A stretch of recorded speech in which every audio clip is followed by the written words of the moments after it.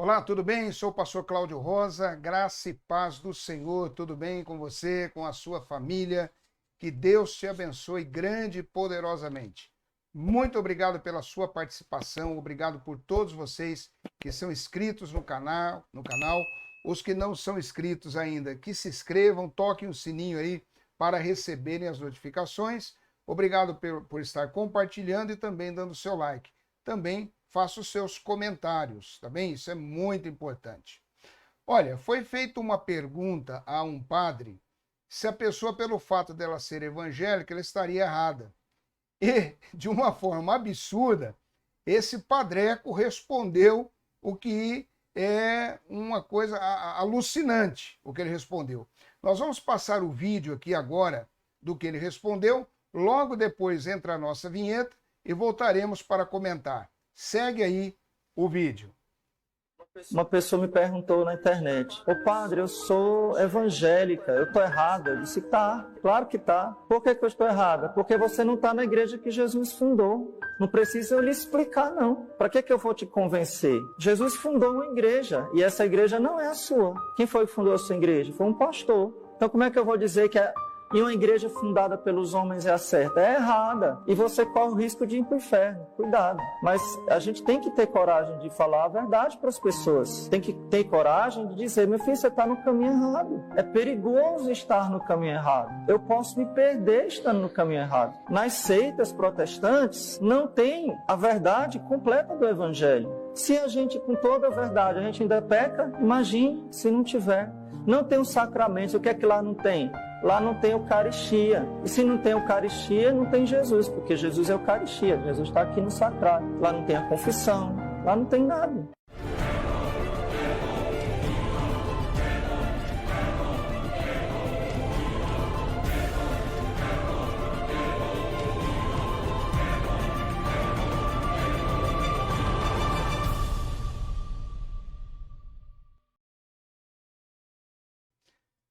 Muito bem, estamos de volta. Analisando aqui então agora o que esse padre fala para esta suposta evangélica, né? Porque na verdade uma pergunta como esta mostra claramente que essa pessoa não tem certeza do que ela crê. E aí entra muito aquilo que nós já falamos algumas vezes. Há uma diferença entre o evangélico e o protestante. O evangélico é meio água com açúcar aí, nós vemos as coisas acontecendo no mundo gospel. O protestante é aquele que protesta, que tem um posicionamento, vamos dizer até contundente e fundamentalista. Quando eu falo fundamentalista, eu não quero dizer uma pessoa que não tenha noção do que crê, que seja uma pessoa cega na sua crença ao ponto de cometer alguns erros. Não, é uma pessoa que tem um fundamento no que está escrito, exatamente isso. Então é óbvio que uma pessoa que tem um fundamento na fé, um fundamentalista, um protestante, ele não vai perguntar para um padre se pelo fato dele ser protestante ele está errado. Mas a mulher já começa perguntando para ele isso na internet. E aí ele vem respondendo e falando as peripécias dele ali e que nós vamos agora então estar refutando. Eu vou soltar o vídeo aqui, nós vamos ver um pouquinho do que ele fala e logo depois eu vou estar parando o vídeo para nós comentarmos. Vamos lá. Uma pessoa me perguntou na internet: ô padre, eu sou evangélica, eu estou errada? Eu disse: tá, claro que tá. Por que eu estou errada? Porque você não está na igreja que Jesus fundou. Não precisa eu lhe explicar, não. Para que eu vou te convencer? Jesus fundou uma igreja e essa igreja não é a sua. Quem foi que fundou a sua igreja? Foi um pastor. Então como é que eu vou dizer que uma igreja fundada pelos homens é a certa? Muito bem. Que bom que esse padre, esse padreco aí falou isso aí. Vamos lá. Ela pergunta, ele diz: será que eu estou errado? Ele diz assim: claro que está errado. Você está numa igreja que não foi fundada por Jesus. E ele quer dizer, entre outras linhas, que Jesus é quem fundou a Igreja Católica Apostólica Romana, o romanismo. Olha o absurdo. É óbvio que ele sabe a verdade. Ele é um malandro. Ele é um malandro. Ele conhece a verdade. Por quê?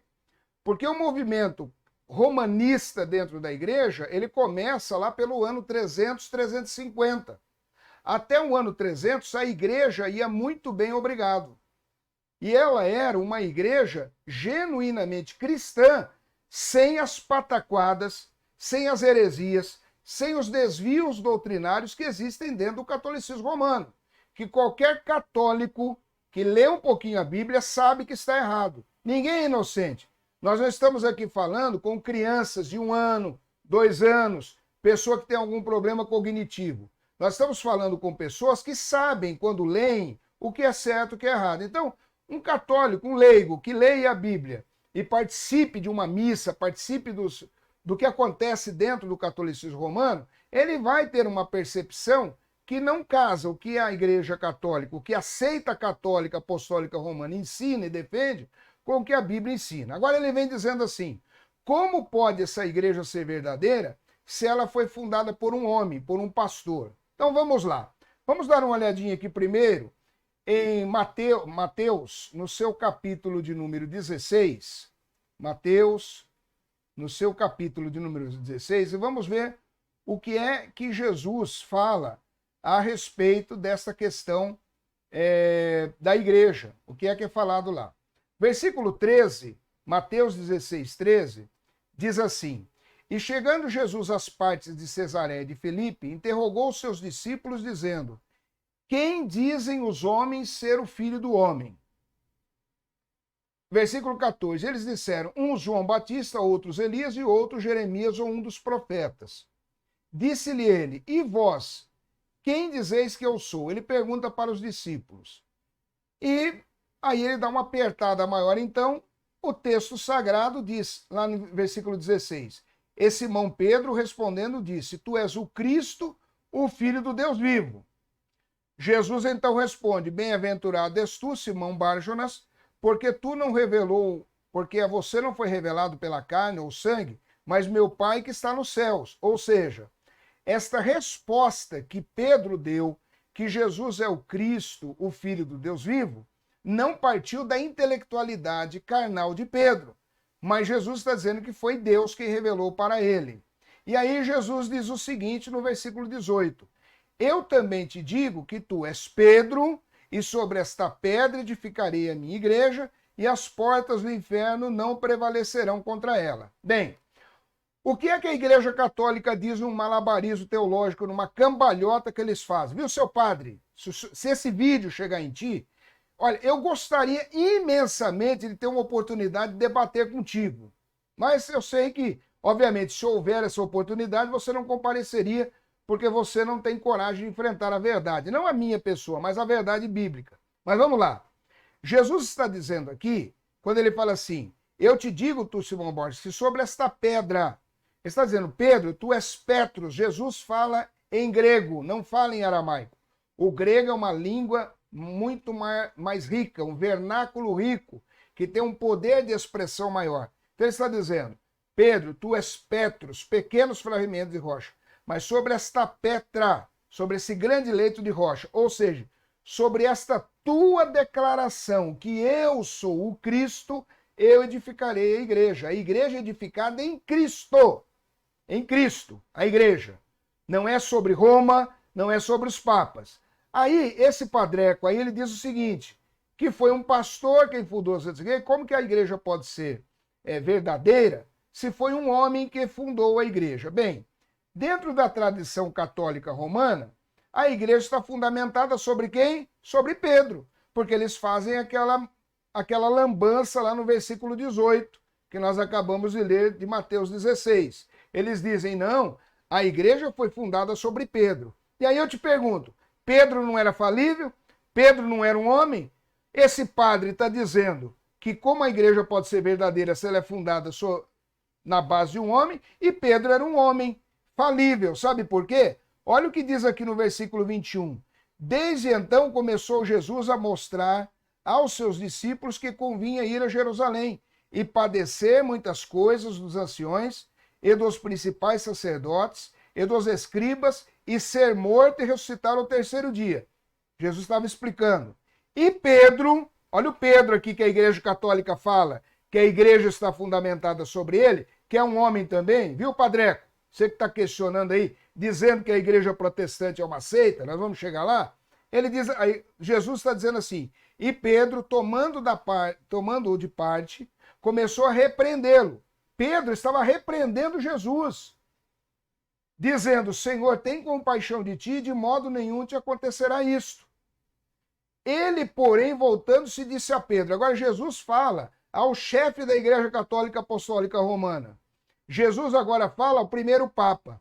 Jesus agora fala ao homem falível que a Igreja Romana, que a seita romana, diz que a igreja está fundamentada. E esse padre, com a maior cara de pau, vem dizendo que como que pode uma igreja protestante ser verdadeira se foi um pastor que fundou, foi o homem que fundou. E aí Jesus está dizendo para Pedro aqui: para trás de mim, Satanás.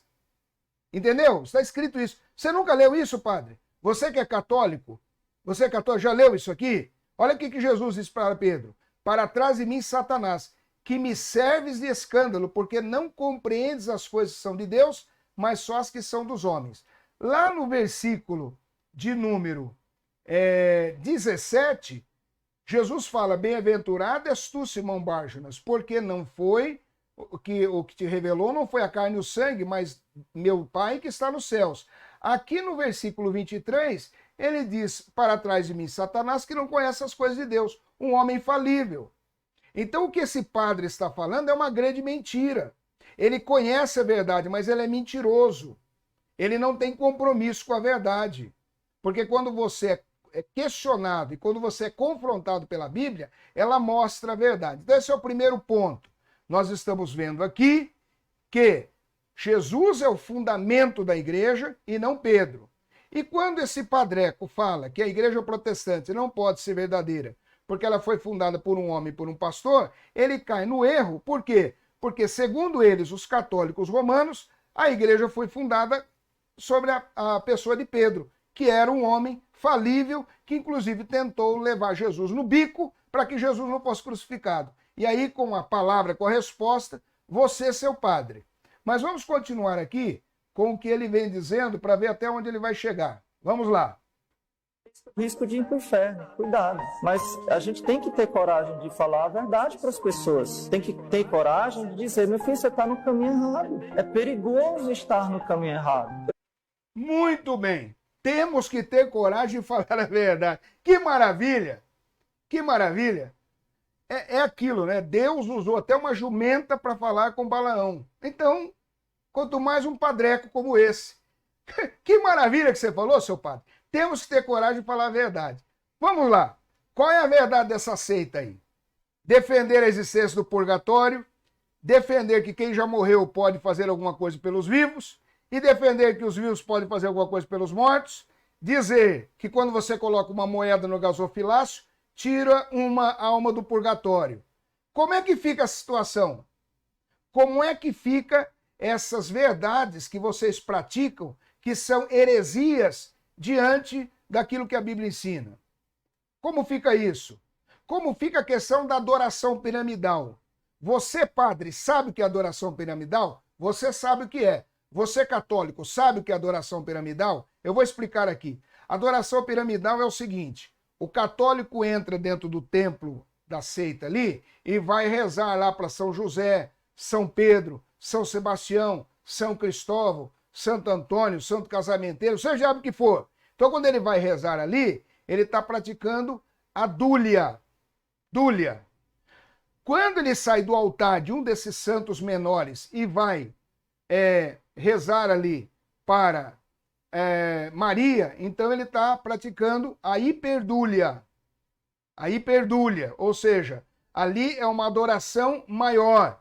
Ali ele está fazendo uma adoração agora a Maria. Então Maria, diante, segundo o catolicismo, quando o católico está rezando para Maria, é um nível superior de adoração, uma força, power na oração, acima da oração dos outros santos. Aonde tem isso na Bíblia? Aonde tem? Aonde ensina que quem já morreu pode estar sabendo o que está acontecendo aqui na Terra? Qual é a verdade de vocês? Sabe qual é a verdade? O segundo catecismo de doutrina cristã, terceiro catecismo de doutrina cristã, aliás, ali na página 162, 163, 64, 65, vocês vêm dizendo que a tradição tem o mesmo valor das escrituras. É isto que vocês creem. E é isso que esse padreco aí não fala para a pessoa. E vem dizer que as igrejas protestantes não são verdadeiras e que é importante falar a verdade. Então nós estamos falando a verdade. Que vocês têm, você, o clero dessa seita, defende a ideia de que a tradição tem o mesmo peso das escrituras sagradas. Não é só a tradição, as encíclicas papais, as definições da igreja, tudo aquilo que vocês resolvem como verdadeiro, as muletas teológicas que vocês criam, valem como escritura. E você tem a cara de pau e o desplante de vir dizer que igrejas comprometidas com a verdade, igrejas genuinamente bíblicas, que voltaram à genuinidade em razão da reforma, porque não aguentavam mais as heresias e as barbárias que aconteceram dentro do catolicismo romano, vem dizer que não é verdadeira. Qual dessas igrejas reformadas praticaram a Inquisição que vocês praticaram? Vocês tiveram coragem de queimar pessoas vivas, partirem pessoas no meio, e aí vem esse padreco aí, cara de pau, falar uma coisa dessa. Mas vamos continuar aqui. Vamos ver o que ele continua falando. Eu posso me perder estando no caminho errado. Nas seitas protestantes não tem a verdade completa do evangelho. Se a gente, com toda a verdade, a gente ainda peca, imagine se não tiver. Não tem um sacramento. Muito bem, peraí. Olha o que você está falando, seu padre. O que o senhor falou aqui, que nós não temos a verdade. A verdade é a palavra de Deus.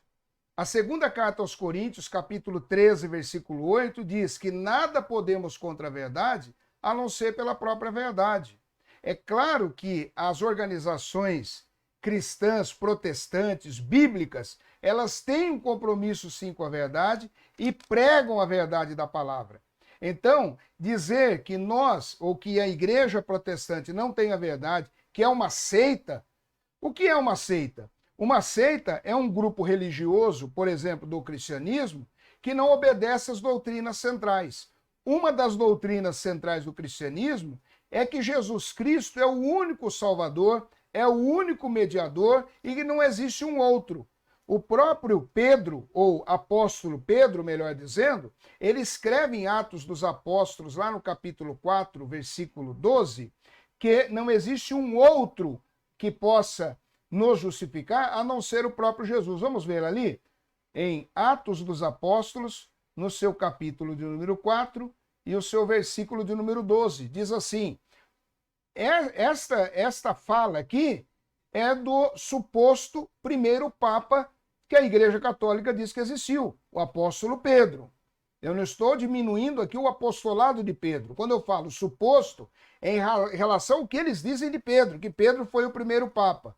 Tá bem, se ele foi o primeiro Papa, olha o que ele diz. E em nenhum outro há salvação, porque também debaixo do céu nenhum outro nome há dado entre os homens pelo qual devamos ser salvos. Ora, a Igreja Católica defende a ideia de que Maria também é corredentora, que Maria salva, que os seus filhos podem recorrer a ela para terem a salvação, que ela também é âncora da salvação. Como fica essa história? Como fica isto? Então, seita, na verdade, é este grupo, é a maior seita dentro do cristianismo, é a Organização Católica Apostólica Romana, que não tem compromisso com a verdade, diferentemente das igrejas genuinamente cristãs, bíblicas, que pregam a verdade. Vamos continuar aqui, vendo o que ele fala mais ainda. Olha só. Lá não tem Eucaristia. E se não tem Eucaristia, não tem Jesus, porque Jesus é Eucaristia. Jesus está aqui no sacrário. Lá não tem a confissão, lá não tem nada. Muito bem, vamos lá. Ele diz assim, que na igreja protestante não tem Eucaristia, não tem a confissão. O que ele está dizendo é que lá na Igreja Católica eles praticam a transubstanciação. O que é a transubstanciação? É a crença que eles têm que Jesus, no momento da Eucaristia, ele morre ali. É literalmente o corpo de Cristo e o sangue de Jesus, de Cristo, que é consumido ali no momento da Eucaristia. Só que aí eles têm um grande problema, porque lá em Hebreus, carta aos Hebreus, lá no seu capítulo de número 9, nós vamos ler, Hebreus capítulo 9, ali a partir do seu versículo de número 20, vamos colocar aqui, 22, a palavra de Deus diz assim: e quase todas as coisas, segundo a lei, se purificam com sangue, e sem derramamento de sangue não há remissão de pecados. Ora, a transubstanciação, como nós falamos, é a manifestação do corpo, literalmente, de Cristo e do sangue, e Jesus morre em toda a missa, só que de forma incruenta, ou seja, incruento quer dizer sem sangue. E se é sem sangue, não tem valor nenhum. E se eles acreditam que Jesus morre em toda a missa no momento da Eucaristia, eles têm um grande problema também. Porque na continuidade, o versículo 23 diz assim em Hebreus 9: de sorte que era bem necessário que as figuras das coisas que estão no céu assim se purificassem, mas as próprias coisas celestiais com sacrifícios melhores do que estas. Porque Cristo não entrou num santuário feito por mãos, figura do verdadeiro, porém no mesmo céu, para agora comparecer por nós perante a face de Deus. E aí ele diz no versículo 25, vou colocar aqui também colorido: nem também para si mesmo se oferecer muitas vezes, como o sumo sacerdote cada ano entra no santuário com sangue alheio. De outra maneira, preste atenção agora no versículo 26, de outra maneira necessário lhe fora padecer muitas vezes desde a fundação do mundo, mas agora na consumação dos séculos, uma vez se manifestou para aniquilar o pecado, sacrifício de si mesmo, pelo sacrifício de si mesmo. Ou seja, a transubstanciação, essa liturgia que a igreja, que a seita romanista pratica no momento da Eucaristia, Jesus então morre, e é de forma incruenta, ou seja, sem sangue. Então são dois problemas: além de morrer Jesus em toda a missa, ainda é sem sangue, então não tem valor nenhum também inócuo, porque como nós lemos lá no versículo 22, sem sangue não há remissão de pecados. Bem, aí nós vemos o que esse grupo pratica, o que esse padre falou, o que ele tenta defender sem base bíblica nenhuma. Ele não cita nenhum texto bíblico. Nós citamos aqui vários textos mostrando e refutando que o que ele diz é um absurdo. O que ele está falando aqui é algo que não é bíblico. Por quê? Porque Jesus não fundou a seita romana. A seita romana, ela surge a partir do ano 300, depois existe a reforma protestante, em razão dos absurdos, em razão do que essa organização praticava, em razão das indulgências que chegava a vender terreno no céu, as pessoas acreditavam que dando moedas as pessoas seriam salvas. Eles colocaram os livros apócrifos junto na Bíblia Sagrada, aumentando de 66 livros para mais 7. Segundo o livro de Macabeus, que é um livro apócrifo da Bíblia Católica Romana, segundo Macabeus, capítulo 12, versículo 43, eles vêm falando do fundamento do purgatório, que ali, quando se dá uma moeda através de uma indulgência, almas saem do purgatório. E eles usam um livro que é apócrifo, ou seja, que não tem a assinatura do Espírito Santo, para defender essa heresia. Então, exatamente, a igreja protestante, a genuína igreja protestante, ela não tem o que o catolicismo tem, como o Senhor falou, o seu padre. Ela não tem a idolatria, ela não tem a mariolatria, ela não tem adoração piramidal, ela não tem ensinamento de purgatório, ela não tem ensinamento de que os mortos podem fazer alguma coisa pelos vivos e nem os vivos pelos mortos. E aí, nós temos aí a figura do Papa, como é dito no terceiro catecismo também, dizendo da infalibilidade papal, que o Papa não pode errar. Agora, veja bem uma coisa importante aqui, para acabar de fechar a questão. Eu tenho aqui um Corão, um Corão, né? Esse aqui, olha, Alcorão. Esse aqui é um livro que dita as regras de fé do islamismo, ok? Esse livro dita as regras de fé do islamismo. Eu vou abrir ele aqui para mostrar uma coisa. Como ele é uma literatura oriental, ele é lido da esquerda para a direita. A Sura 4, ou seja, capítulo 4 do Corão, deixa eu chegar ali, diz assim, Sura 4, Ayat 157. Aqui, olha. Sura de número 4, o Ayat, a Sura é capítulo, Ayat 157. Diz assim, presta atenção. E por seu dito, por certo matamos o Messias, Jesus, filho de Maria, mensageiro de Alá. Ora, eles não o mataram nem o crucificaram, mas isso lhe foi simulado. E por certo, os que decrepam a seu respeito estão em dúvida acerca disso. Eles não têm ciência alguma disso, senão conjecturas que seguem, e não o mataram seguramente. Então, o pensamento teológico que existe dos muçulmanos é que Jesus foi substituído, Jesus não morreu na cruz. Por que eu estou lendo isto? Porque o Vaticano, ele tem um concílio que seria como uma constituição da organização religiosa católica romana, é o chamado Segundo Concílio Vaticano.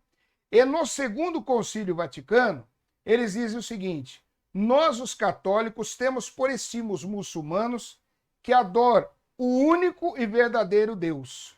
Ora, espera um pouquinho. Como é que os católicos adoram e têm por respeito e por estima o único e verdadeiro Deus, se no Corão está escrito que Jesus não morreu na cruz e que foi substituído? E na Bíblia Sagrada, o apóstolo Paulo diz, na primeira carta aos Coríntios, vamos ler lá? Primeira carta aos Coríntios, no seu capítulo de número 15, no versículo 3 e 4. Porque primeiramente entreguei o que também recebi, que Cristo morreu por nossos pecados, segundo as Escrituras, e que foi sepultado e ressuscitou ao terceiro dia, segundo as Escrituras. No versículo 14 está escrito assim: e se Cristo não ressuscitou, logo é vã a nossa pregação e vã a vossa fé. Aí como é que esse padre, boca frouxa, mentiroso, vem e diz que as igrejas protestantes são seitas e não têm a verdade? Nós pregamos o Cristo morto, crucificado e ressuscitado.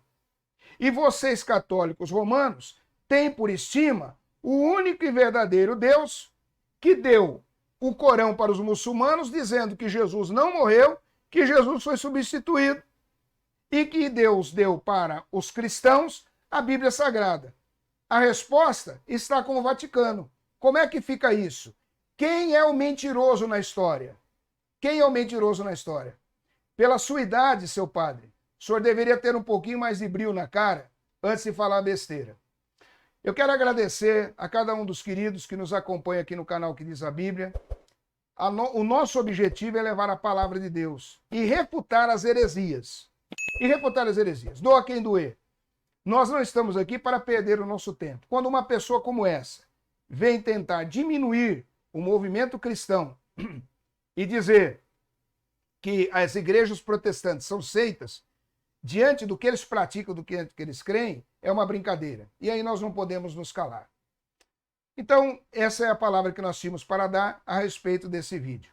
Mais uma vez, quero agradecer a você que nos acompanha. Muito obrigado pelos likes. Dê o seu like, compartilhe com outras pessoas, comente e também se inscreva no canal. Quando você se inscreve, você está aí também recebendo, desde que você acione o sininho, né? Você estará recebendo aí as notificações. Você também pode nos ajudar para nós melhorarmos aqui as transmissões dos nossos equipamentos através do Pix. Está vendo esse QR Code aqui? Você pode estar usando esse QR Code para nos abençoar aí, nos ajudar a nós melhorarmos as condições aqui do estúdio. Tudo bem?